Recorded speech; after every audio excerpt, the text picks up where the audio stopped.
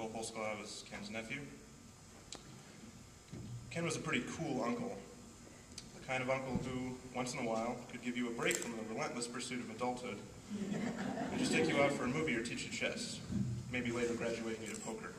I can remember many times walking home from school and seeing his old Toyota pickup unexpectedly parked in front of our house, feeling just like I was seeing a big shiny surprise under the tree on Christmas morning. I would be so excited that Uncle Ken was visiting. He was always eager to talk to me, play a board game with me, or just watch TV. I can count on one hand the number of times he raised his voice to me. You can bet I'll never forget those times and what I did to deserve it. But Ken was much more than just a good uncle. He was a great teacher. Unlike so many of the people in this room, I never had the privilege of having him as my 5th grade teacher.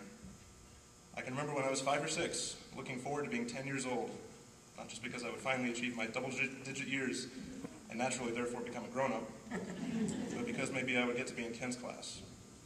Sure, it would have been a little strange to call him Mr. Monk at first, but I could adapt. At the time, I didn't understand geography as well as I do now. It would have meant 6 hours every day on the bus from Longmont. As things turned out, my 5th grade teacher was Mrs. Weaver, mother of Ginger, one of his fellow teachers and best friends. So we were still connected there. However, over the years, I've come to understand that the wonderful thing about Ken was that you didn't have to be in his class to learn from him. He was a teacher to everyone in his life, his family, his friends, his students, and everyone here in this community that he loved so much.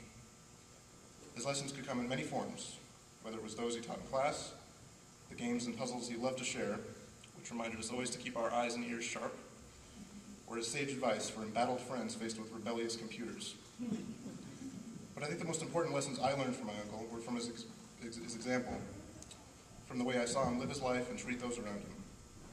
Ken was unswervingly good-natured, his actions motivated by generosity, simplicity, and a gentle, though at times mischievous, sense of humor. He could sometimes be a little stubborn, but this stubbornness often represented his desire to make life easier for others, not harder. When faced with the departure of a spirit like my uncle's, it's only natural that a part of each of us feels a little emptier. But in times like these, I can feel Ken's example reinforced in myself and those around me who knew him. I know it lives a little stronger today than it did before because it has found many new hearts in which it can reside and grow. For such is the genius of the great teachers who live among us. They are only as mortal as the lessons they teach. Somehow, though, I don't think I'll ever be as good at chess as he was. Thank you.